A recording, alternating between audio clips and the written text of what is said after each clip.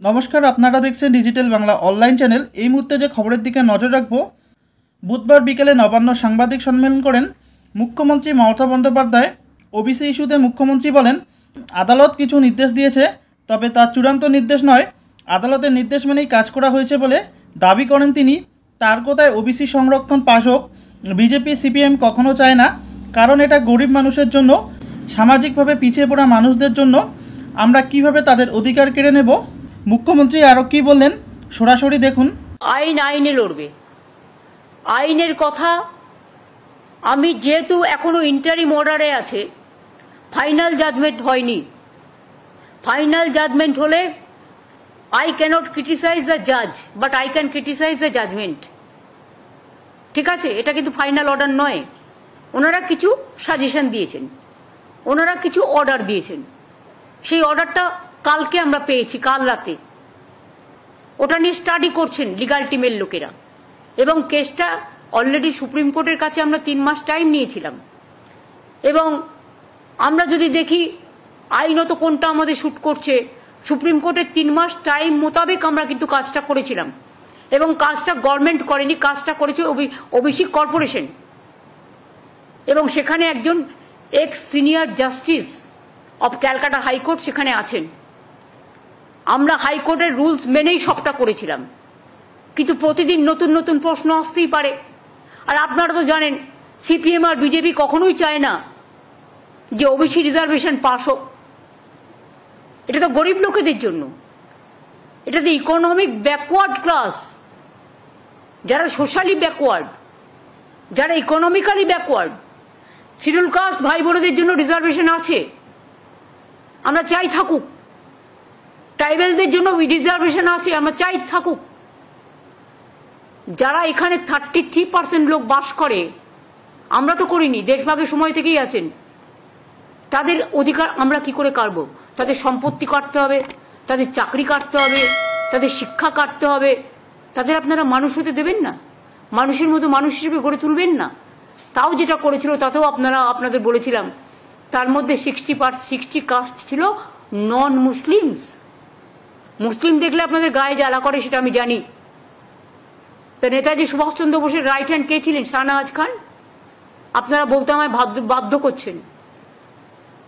তাজমহলটা তৈরি করেছিলেন কে? শাহজাহান। কি করে ইতিহাসটাকে মুছবেন বলুন? গান্ধীজি কি বলেছিলেন? ঈশ্বর ও আল্লাহ তেরে নাম সবকো সুমতি দে ভগবান। নজরুল কি লিখেছিলেন? হিন্দু নরা মুসলিম ওই জিজ্ঞাসে কোনজন, কান্ডারি বলো ডুবিছে মানুষ সন্তান মোরমার। ভুলে গেছেন? বঙ্গভঙ্গের বিরুদ্ধে বিশ্বকবি রবীন্দ্রনাথ ঠাকুর রাখি বন্ধন করেছিলেন, বাংলার মাটি বাংলার জল গান গেয়েছিলেন, হিন্দু মুসলিম সবাই সবার হাতে রাখি পরেছিলেন। আমরা সব ধর্ম, সব বর্ণ, সব জাতি, সবাইকে আমরা মান্যতা দিই, সম্মান করি।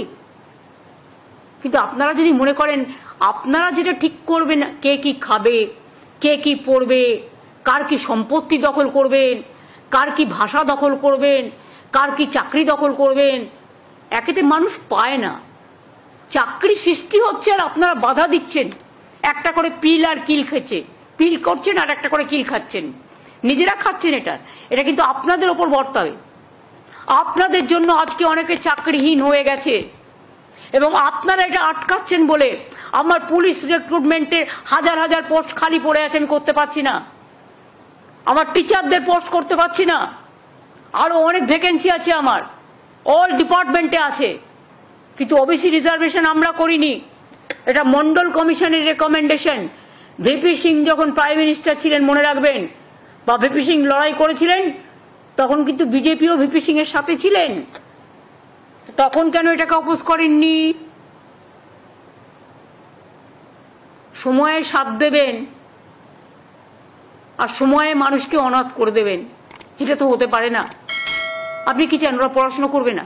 তাও তো ওদের টাকাটা আলাদা দেওয়া হয়, কোনো জেনারেল কাস্টের টাকা কাটা হয় না, কারণ এমনিতেই তাদের সংখ্যা কম বলে। এগুলো আমি বুঝি।